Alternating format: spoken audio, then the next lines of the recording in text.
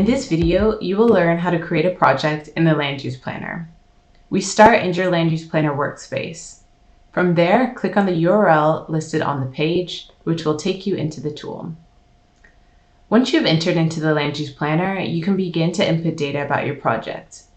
Other videos in our training series will provide more detailed information about what data you can provide and about each step of the Land Use Planner. For now, let's go through the steps to create a project. You should first add a short name to your project. Here, I'll just add my project, but generally you'll want to use the name of the area of interest. Then let's fill in the remaining boxes of step 1, including total area, population growth. Since this is just a demonstration, I'll leave all of the boxes that are already filled in as is, but do feel free to adjust them. I'll also make sure to add an ecological zone and soil type, and then I'll click Next.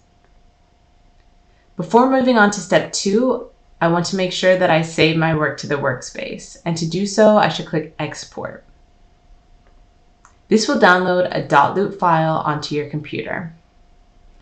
Next, click on the user icon in the top right corner of the page, and then click Workspace. Within your workspace, click Projects on the left side.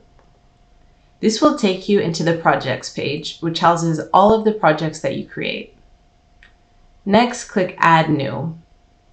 This will create a new project. This will open up a pop-up window on your computer where you can upload your .loop file. Oftentimes, this .loop file will be located in the Downloads folder of your computer.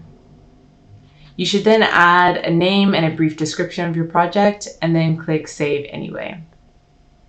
This takes us back to the projects page in your workspace, and now if you click on the URL listed under your project on this page, it will take you to the Land Use Planner for this specific project, and you can continue adding information about your project.